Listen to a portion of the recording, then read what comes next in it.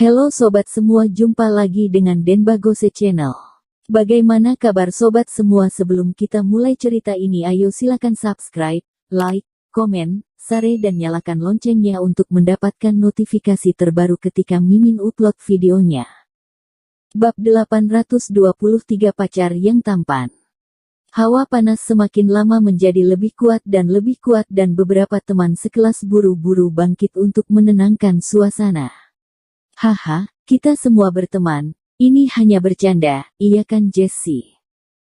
Jessie Chen memutar matanya dan pada akhirnya tidak terlalu memperhitungkannya. Setelah duduk, masalahnya pun selesai. Suasana di meja makan terbilang serasi dan Jessie Chen serta Clara tidak terlalu banyak berhubungan. Clara, kenapa pacarmu belum datang? Kudengar pacarmu tampan dan kaya, bukan? Clara sebelumnya pernah mempost pacarnya di momen WeChat dan banyak orang tahu bahwa pacarnya tampan dan kaya, membuat orang sangat iri. Berbicara tentang pacarnya, Clara menunjukkan ekspresi puas di wajahnya. Pacarku tidak hanya kaya dan tampan, dia juga berdedikasi kepadaku. Kalian tahu tidak? Dia bekerja di luar negeri dan mengejar aku selama 3 tahun, setiap hari perhatian kepadaku, mengirimi aku uang, berbicara dengan aku di telepon dengan lama, dia sangat berdedikasi kepadaku. Wow! Begitu Clara selesai berbicara, semua orang il.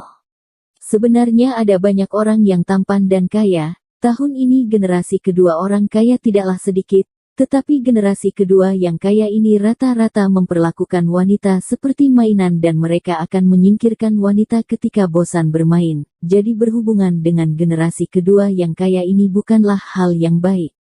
Tapi pacar Clara berbeda, tampan dan berdedikasi, benar-benar terlalu langka. Clara, kapan pacarmu akan datang? Kami benar-benar ingin melihatnya. Clara tersenyum dan berkata, seharusnya sudah hampir sampai, aku akan keluar dan menjemputnya, biar kalian bisa melihat seperti apa pacar yang sempurna. Ketika berbicara tentang pacar yang sempurna, dia juga melirik Thomas Kin. Di antara sesama wanita terlalu banyak yang membandingkan pria adalah hal yang terpenting, tidak ada yang lebih hebat daripada ini. Clara keluar dan segera membawa kembali seorang pria jangkung dan kurus. Halo, aku Rafael Gao. Rafael Gao memiliki fitur wajah yang bagus, rambut yang disisir rapi dan setelan jas rapi serta terlihat sangat energik. Begitu Rafael Gao masuk, mata semua orang menjadi cerah. Pacar Clara sangat tampan. Ya, kamu lihat pakaiannya tidak murahan, dia terlihat seperti orang kaya. Kaya dan tampan dan yang terpenting, dia berdedikasi. Benar-benar sulit ditemukan. Aku benar-benar merasa iri. Setelah Rafael Gao memasuki ruangan, dia tiba-tiba mengeluarkan sekuntum mawar biru dari tangannya dan menyerahkannya ke Clara. Clara, sudah lama sekali sejak aku kembali. Aku benar-benar berhutang banyak padamu. Kuharap kau memaafkanku. Wow! Sebuah mawar kembali menaklukkan semua orang. Rafael Gao ini terlalu romantis, bukan?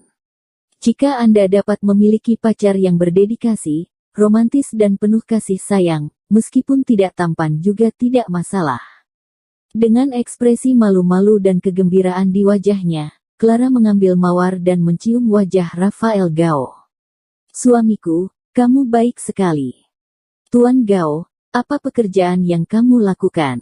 Semua orang sangat ingin tahu tentang Rafael Gao. Rafael Gao sopan dan santun, aku melakukan perdagangan impor dan ekspor, biasanya ada di laut, sangat jarang kontak dengan orang, ada banyak bos besar di sekitar, lingkungan kerja biasa-biasa saja, hehe. Rafael Gao mengatakan ini, meskipun sedikit rendah hati, tetapi banyak gadis menunjukkan rasa iri. Pacar seperti itu terlalu sempurna, bukan? Tampan, kaya, berdedikasi dan tidak bekerja dengan wanita. Kalau tidak, wajah Rafael Gao yang berwajah persik pasti menarik perhatian para wanita. Clara memandang Jessie Chen dengan tatapan provokatif. Jessie, lihat pacarku, apa dia lebih baik dari pacarmu? Jessie Chen tidak bisa berkata-kata dan memutar matanya dengan keras. Clara, jika kamu pamer, pamer sendiri.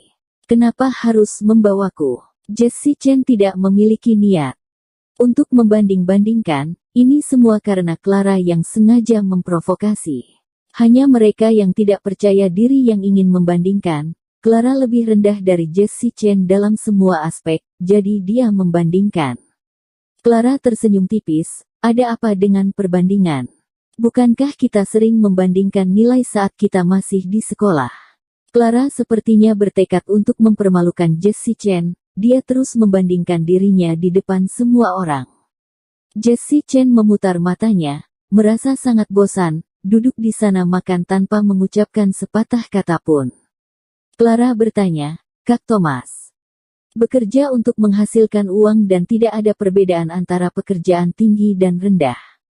Jika Anda harus membandingkan tinggi dan rendah, maka hanya dapat membandingkan menurut pendapatan. Clara tersenyum tipis, gimana ya? Jessie, pacarku sedikit lebih baik kan? Jessie Chen mendengus dingin, apa hebatnya berbisnis, saudariku?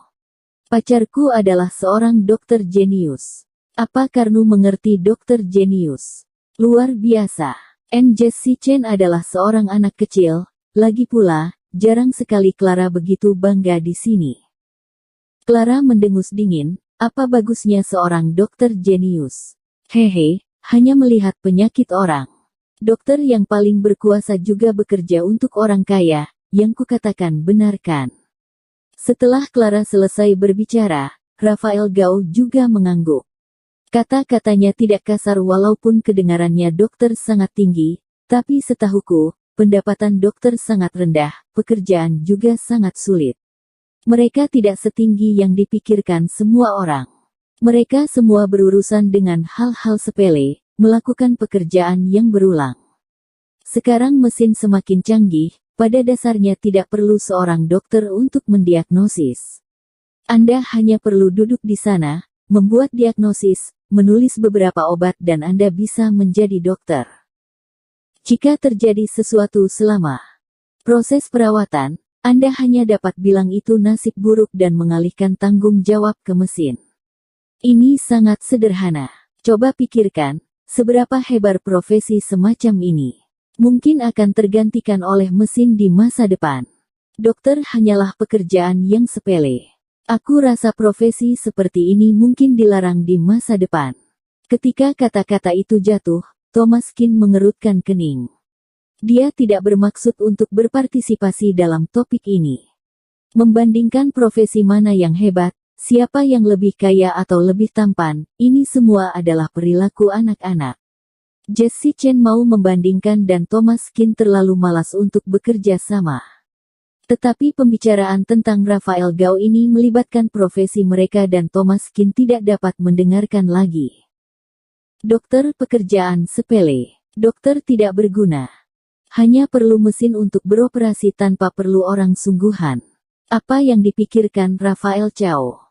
Belum pernah melihat dokter jenius. Bersambung. Terima kasih kepada kalian yang telah menonton video ini. Jangan lupa tekan tombol subscribe-nya dan nyalakan notifikasinya untuk mendapatkan video-video seru lainnya dari channel Denbagose.